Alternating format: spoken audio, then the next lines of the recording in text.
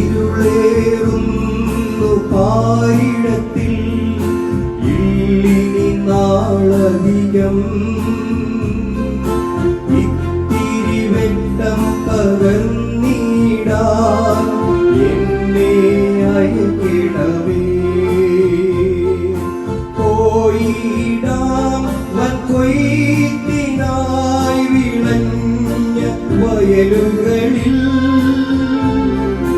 നേടിടാം ഈ ലോകത്തേക്കാൾ വിലയേറും ആത്മാവിനെ.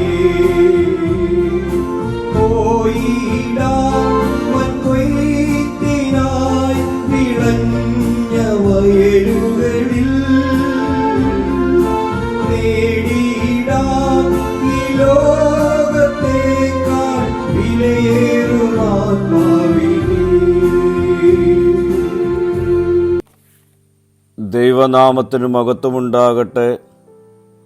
ഇന്നത്തെ പ്രഭാത ധ്യാനത്തിനായി 52-ാം സങ്കീർത്തനം 9-ാം വാക്യം. നീ അത് ചെയ്തിരിക്കൊണ്ട് ഞാൻ നിനക്ക് എന്നും സ്തോത്രം ചെയ്യും. ഞാൻ നിന്റെ നാമത്തിൽ പ്രത്യാശ വയ്ക്കും. നിന്റെ ഭക്തന്മാരുടെ മുൻപാകെ അത് നല്ലതല്ലോ.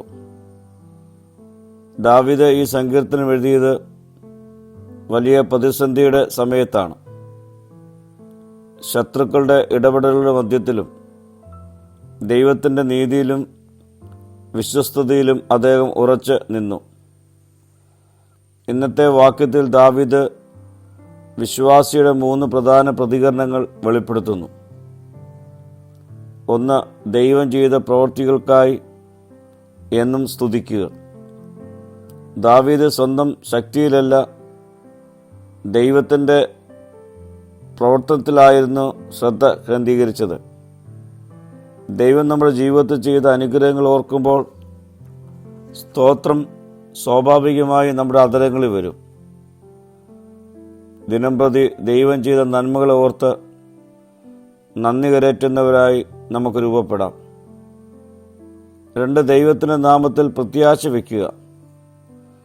ദൈവത്തിൻ്റെ നാമം അവൻ്റെ സ്വഭാവത്തെയും വിശ്വസ്തതയും പ്രതിനിധീകരിക്കുന്നു. മനുഷ്യൻ മാറിപ്പോകാം, സാഹചര്യങ്ങളിൽ മാറ്റമുണ്ടാകാം, എന്നാൽ ദൈവം മാറ്റമില്ലാത്തവനാണ്. 3, വിശ്വാസികളുടെ കൂട്ടായ്മയിൽ ദൈവത്തെ മഹത്വപ്പെടുത്തുക.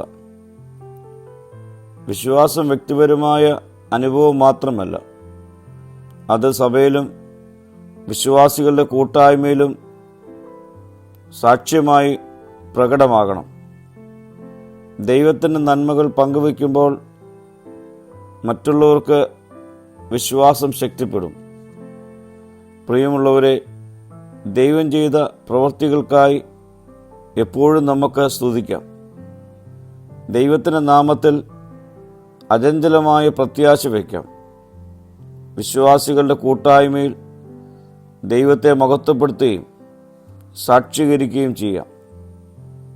നമ്മുടെ ജീവിതത്തിലും ദാവീദിനെ പോലെ നമുക്ക് പറയുവാൻ കഴിയണം, കർത്താവേ, നീ ചെയ്തുകൊണ്ട് ഞാൻ നിന്നെ സ്തുതിക്കുന്നു. നിന്റെ നാമത്തിൽ ഞാൻ പ്രത്യാശ വയ്ക്കും. പ്രാർത്ഥിക്കാം. കർത്താവേ, ഏത് സാഹചര്യത്തിൽ നിന്നെ സ്തുതിക്കുന്ന ഹൃദയവും നിന്റെ നാമത്തിൽ പ്രത്യാശ വയ്ക്കുന്ന വിശ്വാസവും ഞങ്ങൾക്ക് നൽകണമേ. മഹത്വം നീ എടുക്കണം. യേശുവിൻ്റെ നാമത്തിൽ തന്നെ. ആമീൻ.